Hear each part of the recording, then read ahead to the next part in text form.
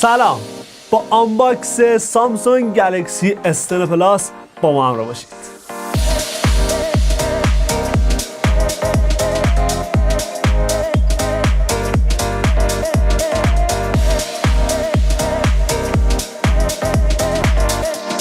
سامسونگ تو 10 سالگی سری گلکسی از S10، S10 پلاس، S10e و گلکسی فولد رونمایی کردش که خب ما اینجا S10 پلاس رو داریم. نسخه که ما اینجا داریم رنگ پریزم وایت، یعنی یک رنگی که شما فقط کافیه یکم تو زاویه قرارش بدین، مثل حالت منشور ترکیب رنگ‌های مختلف نور رو میتونید ببینید. خب پشت جعبه‌ش هم نگاه بکنیم، ما دقیقاً اینجا حافظه 128 گیگابایت حافظه داخلی رو داریم که 128 و 512 8 گیگ رم داره و اگه شما بخواید نسخه 1 ترابایت رو بگیرید 12 گیگ رم به شما میده که البته همه موارد، یعنی خود حافظه داخلیش یه میکرو اس دی هم میخوره که تا 512 گیگ میتونید اون رو افزایش بدید. جعبه‌ش نکته خاص دیگه ای نداره و بریم بازش کنیم.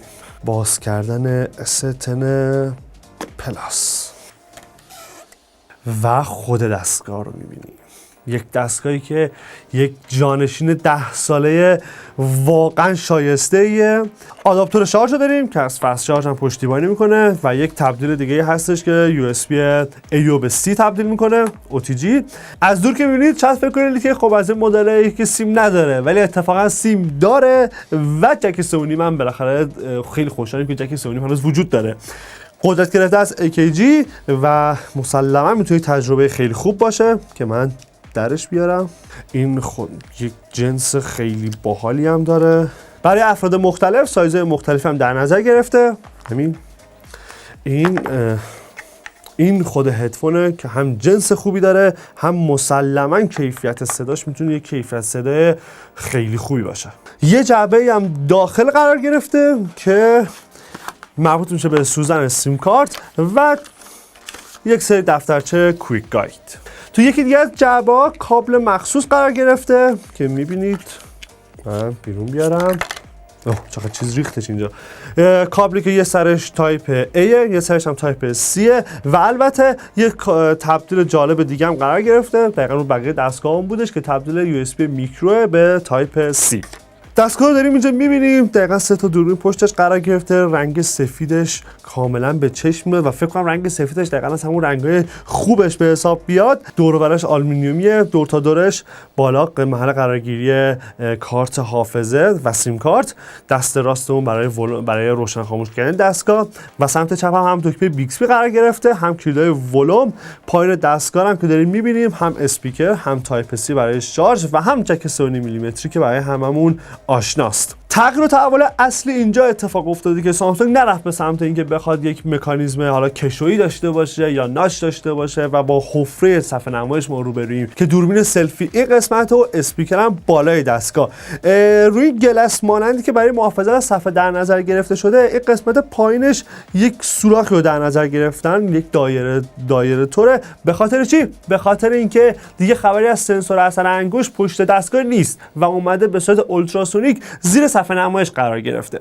یکی از ایراداتی که میگیرن همینه، میگن به خاطر اینکه اولتراسونیک شده ما شاید نتونیم از گلس‌های معمول استفاده بکنیم که درسته و خود سامسونگ رفته به سمتی که بخواد گلس مخصوص خودش رو تولید بکنه، ولی توی حالتی که میبینید وقتی از جعبه در میادش این قسمت کاملا یک سوراخی براش در نظر گرفته شده که یکم میتونه عجیب باشه. اینم بازش کنیم و محافظه پشت دستگاه. این گلکسی S10 پلاس.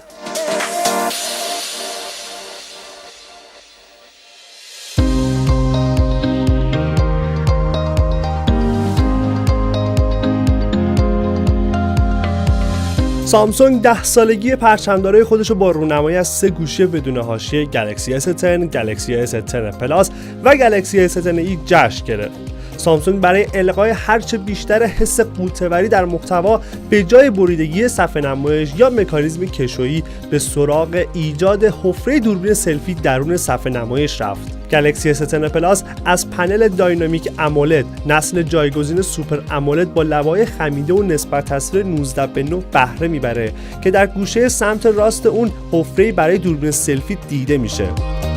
گلکسی S10 پلاس از نمایشگر 6.4 اینچی با رزولوشن 1440 در 3040 پیکسل استفاده میکنه که 87.5% از نمای جلو رو به خودش اختصاص داده. کهکشانی جدید نخستین گوشی هوشمند دنیا با نمایشگر سازگار با محتوای HDR10 پلاس هم به حساب میاد.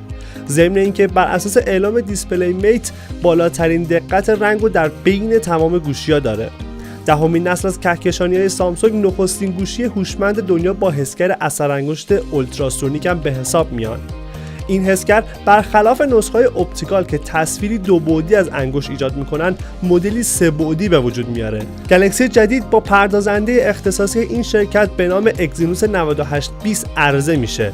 تراشه سامسونگ با لیتوگرافی 8 نانومتری تولید میشه و 8 هسته پردازشی شامل 2 هسته سفارشی شده و توانمند اگزینوس M4 با فرکانس 2.7 گیگاهرتز، 2 هسته میانی کورتکس A75 با فرکانس 2.3 گیگاهرتز و 4 هسته کم مصرف 1.9 گیگاهرتزی کورتکس A55 رو به عنوان CPU به کار میگیره. 4 مگابایت حافظه کش L3 اشتراکی رو در اختیار داره و پردازش گرافیکی و ماژول مالی G76 MP12 انجام میده.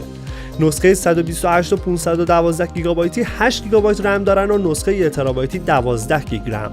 سامسونگ با گلکسی S10 به جمع شرکت‌های پیوسته که پرچمدار خودشون رو با دوربین سه‌گانه عرضه می‌کنن. هر دو نسخه آدیو پلاس از مجموعه سنسورهای 12 مگاپیکسلی همراه لنزی با دیافراگم متغیر f1.5 تا 2.4، سنسور 12 مگاپیکسلی همراه لنز تلفوتو f2.4 و سنسور 16 مگاپیکسلی با لنز اولترا واید برای ثبت عکس‌ها بهره میبره. گلکسی S10 پلاس از دوربین سلفی دوگانه شامل سنسور اصلی 10 مگاپیکسلی با توانایی ضبط ویدیوی 4K در کنار سنسور ثانویه 8 مگاپیکسلی بهره برده که وظیفه تشخیص عمق و بر عهده داره. انرژی مورد نیاز گلکسی S10 پلاس رو باتری 4100 میلی آمپر ساعتی تامین میکنه. فناوری شارژ سریع اداپتیو فست شارژ سامسونگ امکان شارژ 15 باتری رو در اختیار کاربر قرار داده.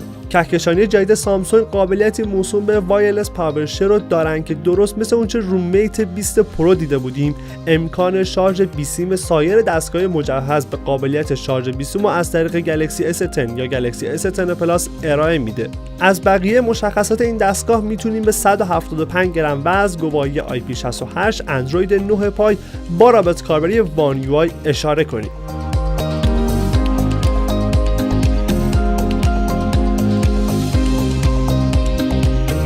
دستگاه روشن کردیم. تو مرحله ستاپش برای اینکه بتونیم رمز عبور قرار بدیم، هم میتونیم از فیس ریکگنیشن استفاده بکنیم، قابلیت تشخیص چهره رو داشته باشیم، هم میتونیم از فینگرپرینتش استفاده بکنیم که من ترجیح میدم وارد فینگرپرینت بشیم.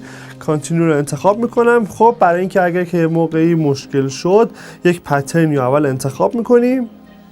برای ستاپ اثر انگشتتون روی دستگاه خودش یه جایی مشخص کرده و میگه که دستتون روی این قسمت بذارید که به این صورت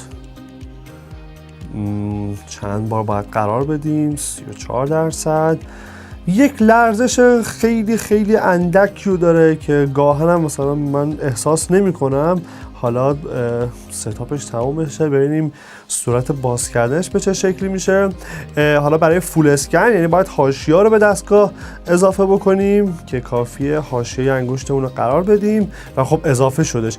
یعنی استفاده از سنسور اثر انگشت یعنی ستاپ اولیش که خیلی راحت بود. بریم سراغ بقیه مراحلش.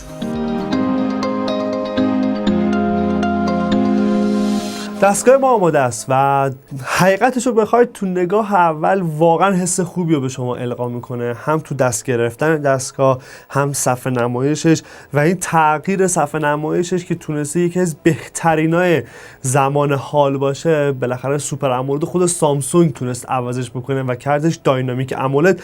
واقعا این تغییرات ملموسه و شما اصلا کلا یه حس خیلی متفاوت تری رو به نسبت بقیه دستگاه بهش پیدا میکنید. حاشیه اطراف خیلی خوب شده، یعنی تقریبا هیچ حاشیه‌ای دیگه نیستش به جز این پایین که به نظر من باز هم میتونن این حاشیه پایین صفحه رو کمترش بکنن و البته فقط کافیه شما یک تصویر والپیپری رو انتخاب بکنید که گوشه سمت بالاش یکم تاریک باشه یا مشکی باشه و رسما میبینید که هیچ اثری هم از دوربین نیستش و یک صفحه نمایش کاملا یه دستی و شاهدش هستید. خب ما توی این قسمت که مشخص شده فقط میتونیم از دستمون رو قرار بدیم که من قرار میدم و خیلی سریع باز شد بدون هیچ تأخیر یعنی خاصی یا اینکه بخواد حالا اذیت کننده باشه و حتی اگه صفحه نمایش خاموش باشه صرفا کافیه حفظ بشین که کجا باید قرار بدین.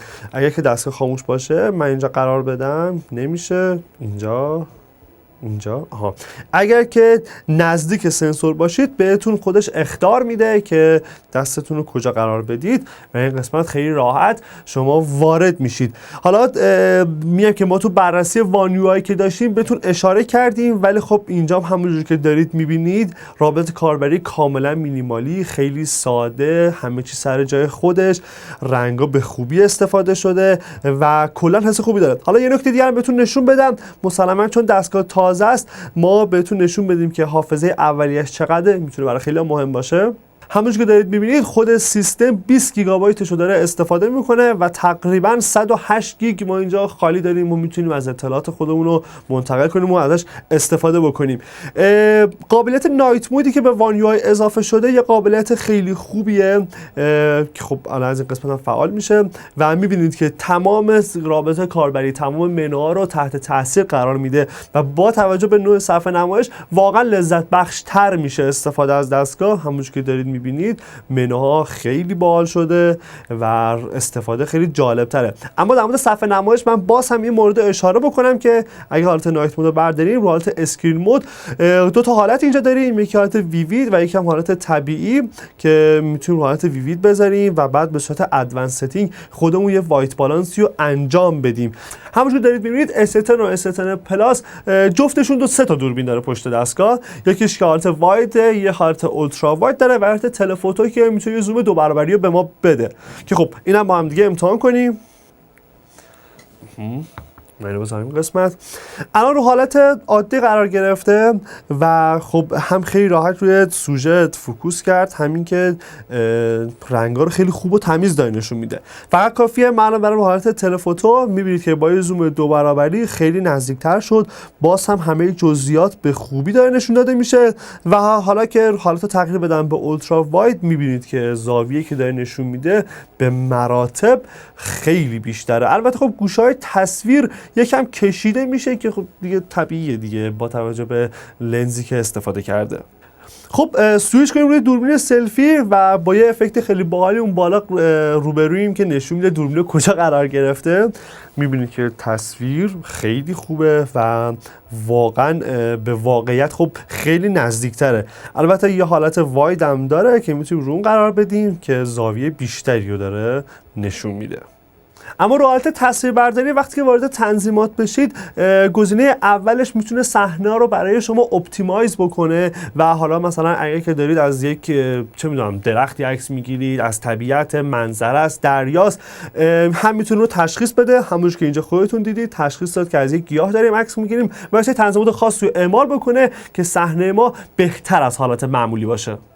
یه چند تا اپلیکیشن رو با هم دیگه باز کنیم، بریم سرعت باز کردن اپلیکیشن ها به چه شکلیه و حالا مثلا سایت هم باز کردیم، بقیه اپلیکیشنی که هست، خود گالری، خود